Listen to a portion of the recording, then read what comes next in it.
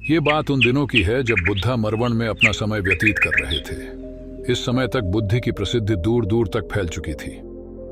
बहुत दूर दूर से लोग अपनी चिंताओं और परेशानियों का समाधान खोजने के पास आते थे। ऐसे ही एक दिन जब बुद्धा मरवन में अपने शिष्यों को प्रवचन दे रहे थे तो एक अधेड़ उम्र का व्यक्ति अपने 21 वर्ष के पुत्र को अपने साथ लिए बुद्धि की तरफ चला आ रहा था। जब ये प्रवचन स्थल के पास पहुंच गए तो एक नजर उन पर डाली और इशारे से बैठने के लिए कहा। जब प्रवचन समाप्त हो गया और सभी लोग वहां से चले गए तो बुद्ध ने उस व्यक्ति को अपने पास बुलाया और बैठने के लिए कहा। वहां चारों तरफ हरियाली छाई हुई थी। मौसम बहुत सुहाना था और तरह तरह के पक्षियों की आवाजें गूंज रही थी। ऐसा नजारा देखकर उस व्यक्ति को अंदर से असीम शांति महसूस हो रही थी। इसके बाद बुद्ध ने उस व्यक्ति से आने का कारण पूछा तो इस पर व्यक्ति ने कहा, यह तथागत, मैं 2 दिन की लंबी यात्रा करके अपने पुत्र को आपसे मिलवाने लाया हूं। ये मेरा इकलौता पुत्र है और ये हर समय थका थका रहता है। ऐसा लगता है जैसे इसके अंदर कोई जान ही नहीं है, कोई प्राणी नहीं है। इसका स्वभाव भी काफी चिड़चिड़ा हो गया है। अगर हम इससे कुछ भी कहते हैं तो यह हमारी छोटी छोटी बातों पर गुस्सा हो जाता है। इसके देखने की क्षमता भी उम्र से पहले ही कमजोर हो गई है और इसके बाल भी सफेद पड़ने लगे हैं। इतनी कम उम्र में इतनी बड़ी उम्र का लगना मुझे तो कुछ समझ नहीं आ रहा। किसके साथ हो, क्या रहा है तथागत? मैं अपने पुत्र के स्वास्थ्य को लेकर बहुत चिंतित हूं। जब मैं अपने पुत्र को वैद्य जी के पास लेकर गया तो उन्होंने कुछ औषधि दी और कहा, अपने पुत्र को तनाव कम लेने के लिए कहो। वो अपने दिमाग में बहुत अधिक तनाव लेता है, इसलिए उसकी ऐसी हालत हो गई है। लेकिन मुझे उनके बहुत समझाने के बाद भी तनाव का मतलब समझ नहीं आया। मुझे नहीं पता कि तनाव होता क्या है, ये किन कारणों से आता है और उसे कैसे अपने पुत्र के दिमाग से निकालूं। लेकिन मुझे सबसे पहले तो ये समझना है कि तनाव होता क्या है। जब मैं अपने पुत्र को वैद्य जी के पास लेकर गया तो उन्होंने कुछ औषधि दी और कहा, अपने पुत्र को तनाव कम लेने के लिए कहो।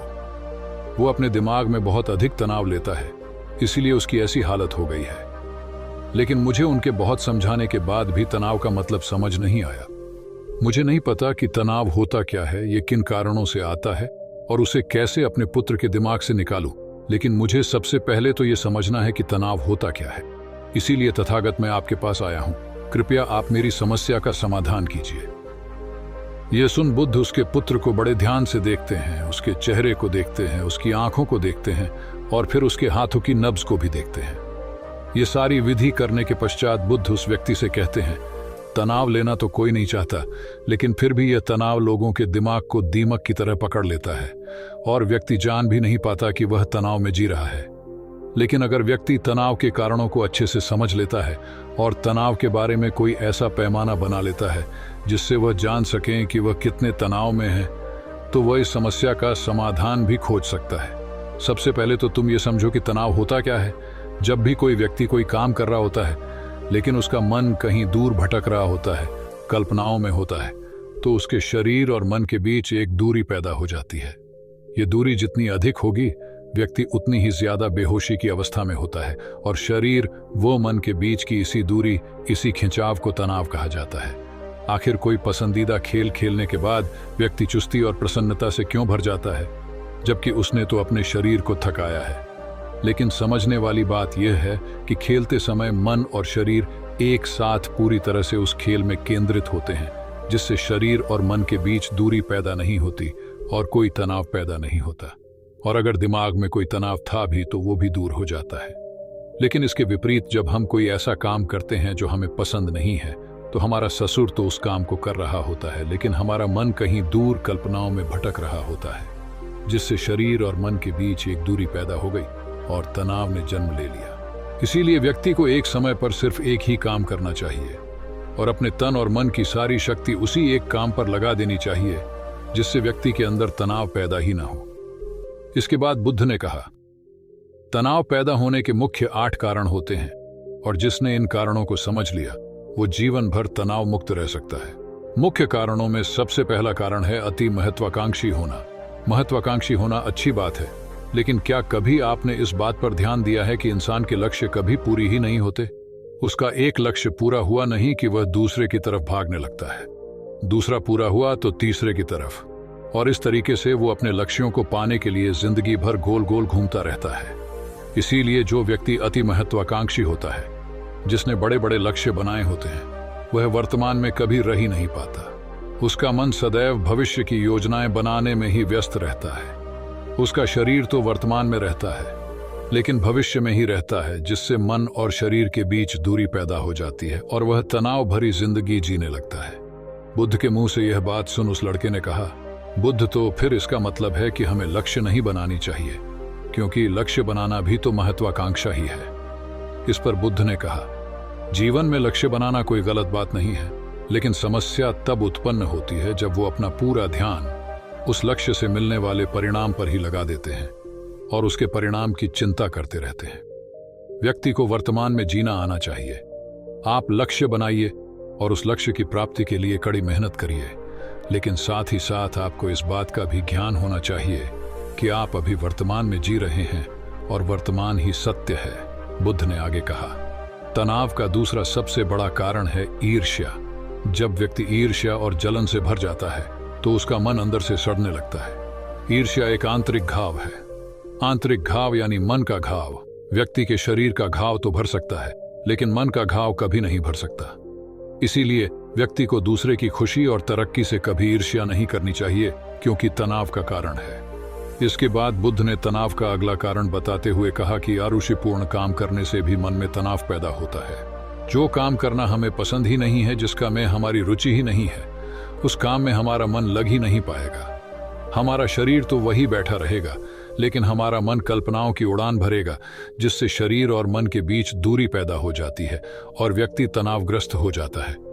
इसीलिए इंसान को हमेशा अपनी रुचि के अनुसार ही कार्य करनी चाहिए। अगर व्यक्ति ने यह पता कर लिया कि उसे कौन सा काम करना पसंद है और वो उसी काम को अपने जीवन का लक्ष्य बना लेता है, तो फिर वो काम उसके लिए काम नहीं बल्कि खेल बन जाता है। फिर बुद्ध ने कहा, तनाव का चौथा कारण होता है किसी दूसरे से अच्छा रखना।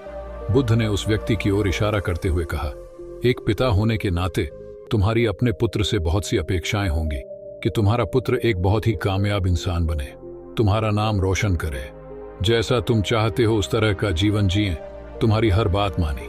लेकिन क्या आज तक कभी किसी की सारी अपेक्षाएं पूरी हुई है? जब भी कोई व्यक्ति किसी दूसरे से कोई अपेक्षा रखने लगता है तो वो अनजाने में अपने लिए तनाव पैदा करने लगता है। जरा सोचो कि अगर तुम्हारा बेटा तुम्हारे अनुसार काम नहीं कर रहा और वो नहीं बन पा रहा जो तुम उसे बनाना चाहते हो, तो निश्चित रूप से तुम्हारे दिमाग को तनाव पकड़ लेगा। तुम तनाव से भरा जीवन जीना शुरू कर दोगे और इस तनाव के बस में आकर तुम ऐसा व्यवहार करोगे, ऐसी बातें करोगे कि तुम्हारा अपने पुत्र के साथ संबंध और भी खराब होता चला जाएगा। इसीलिए व्यक्ति को जितना हो सके उतनी कम अपेक्षाएं दूसरों से रखनी चाहिए, और अगर पूरी तरह से तनाव मुक्त रहना है तो दूसरों से अपेक्षा रखना ही बंद कर दो। इसके बाद बूथ ने कहा कि शारीरिक कष्ट भी इंसान के तनाव का एक कारण होता है। जब व्यक्ति किसी शारीरिक पीड़ा से गुजर रहा होता है तो उसका पूरा ध्यान बस अपने उस शारीरिक दर्द पर होता है और वो पूरे दिन बस उसी के बारे में सोचता रहता है, जिससे उसका मन दुख के विचारों से भर जाता है और ऐसी स्थिति में व्यक्ति तनावग्रस्त रहने लगता है।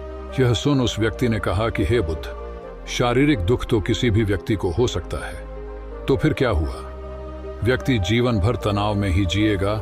इसका जवाब देते हुए बुद्ध ने कहा कि इंसान को ये बात समझनी चाहिए कि हमारा जीवन दुखों का आधार है।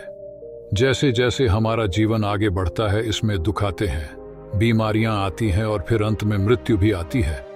तो बीमारियां इंसान के जीवन का अभिन्न अंग है, कोई इनसे बच नहीं सकता।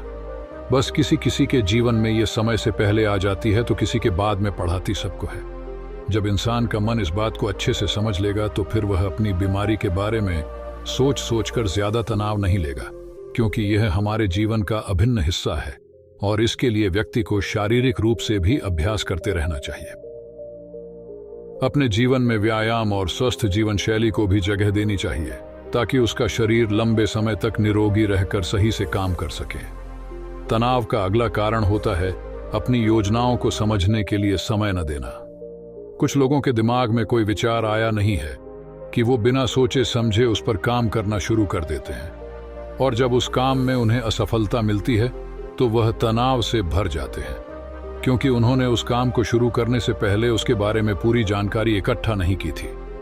इंसान को कोई भी काम शुरू करने से पहले उसके अच्छे और बुरे परिणामों के बारे में ठीक से सोच विचार कर लेना चाहिए। इंसान को इस बारे में भी सोच लेना चाहिए कि अगर ये योजना सफल नहीं हुई तो फिर इसके बाद मैं क्या करूंगा।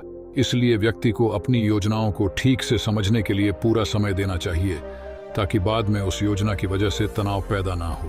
तनाव का 7वां सबसे बड़ा कारण होता है टाल मटोल करना, आज के काम को कल पर टालना। आप लोगों ने ये कहावत तो सुनी होगी कि आलसी इंसान के शरीर का सबसे बड़ा शत्रु है। इंसान आलस्य की वजह से आज के काम को कल के लिए टाल देता है और फिर काम को टालना उसकी आदत बन जाती है। इसीलिए तनाव मुक्त रहने के लिए व्यक्ति को काम को टालने की आदत छोड़नी पड़ेगी, और यह तभी संभव है जब व्यक्ति काम को समय से पहले खत्म करने का निश्चय करे। सबसे आखिरी और सबसे प्रमुख कारण जो तनाव का होता है वो है ज्यादा सोचना। लगातार सोचते रहना भी एक बीमारी है, और ये उस व्यक्ति में सबसे ज्यादा पाई जाती है जो कपोल कल्पनाएं करता है, जो अतीत की घटनाओं और भविष्य की बातों के बारे में सोचता रहता है, जो बेवजह के अनुमान लगाता रहता है। इसीलिए व्यक्ति को ज्यादा सोचने की आदत पर लगाम लगाना चाहिए। इसके लिए जितना हो सके खुद को काम में व्यस्त रखना चाहिए, और हर दिन ध्यान का अभ्यास करने को अपने जीवन का हिस्सा बना लेना चाहिए। बुद्ध के मुंह से यह सारी बातें सुनकर उस व्यक्ति ने हाथ जोड़कर कहा, बुद्ध, मेरा पुत्र तो अभी मात्र 20 वर्ष का ही है, और इसमें अभी इतनी समझ भी नहीं है कि यह आपकी बताई सारी बातों का एक साथ पालन कर सके। आप कृपया करके तनाव मुक्त रहने का कोई आसान सा तरीका बता दें, जिससे मेरा बेटा उसका अनुसरण भी कर सके और तनाव मुक्त भी रह सके। उस व्यक्ति की यह प्रार्थना सुन बुद्ध ने कुछ सोचते हुए जवाब दिया, अगर तुम इतनी सारी बातों का पालन नहीं कर सकते तो इसके लिए एक बहुत ही आसान विधि है। तुम एक बार मैं एक काम को करने पर ध्यान लगाओ भी काम कर रहे हो, उस समय पर सिर्फ उसी काम को करो, सिर्फ उस पर ही अपना पूरा ध्यान लगाओ, और अगर तुम्हारा मन इधर उधर भटक जाता है तो जैसे ही तुम्हें याद आए उसे वापस फिर उसी काम में लगा दो। ये सबसे आसान और अच्छा तरीका है तनाव मुक्त रहने का। जब तुम भोजन करो तो उस समय सिर्फ भोजन ही करो, उसके पूरे स्वाद का आनंद लो, उसी अनुभव करो। जब चलो तो अपना पूरा ध्यान सिर्फ चलने लगा दो। इससे तुम्हारा मन और तुम्हारा शरीर दोनों एक जगह पर केंद्रित रहेंगे। दोनों के बीच दूरी पैदा नहीं होगी, जो कि तनाव का मुख्य कारण होती है। दोस्तों, आज की युवा पीढ़ी एक ही समय पर 2-2, 3-3 काम करने के आदी हो चुकी है। जैसे फोन पर बात करते हुए गाड़ी चलाना, खाना खाते हुए टीवी देखना, ये फोन चलाना, और फिर इनकी शिकायत रहती है कि मैं तनाव में जी रहा हूं, मेरा मन शांत रहता है, मैं चिड़चिड़ा सा हो गया हूं। जब कोई व्यक्ति एक ही समय पर 3-3 काम करेगा तो तनाव पैदा होना तो स्वाभाविक है, क्योंकि दिमाग तो एक समय पर पूरा ध्यान लगाकर सिर्फ एक ही काम कर सकता है। पूर्ण रूप से एक ही समय पर 2 कामों पर ध्यान कभी नहीं लग सकता। इसीलिए जहां तक संभव हो सके एक समय पर सिर्फ एक ही काम करने का प्रयास करें, वो भी पूरे ध्यान के साथ। दोस्तों, आशा करता हूं कि आपको इस स्टोरी से काफी कुछ सीखने को मिला होगा। धन्यवाद।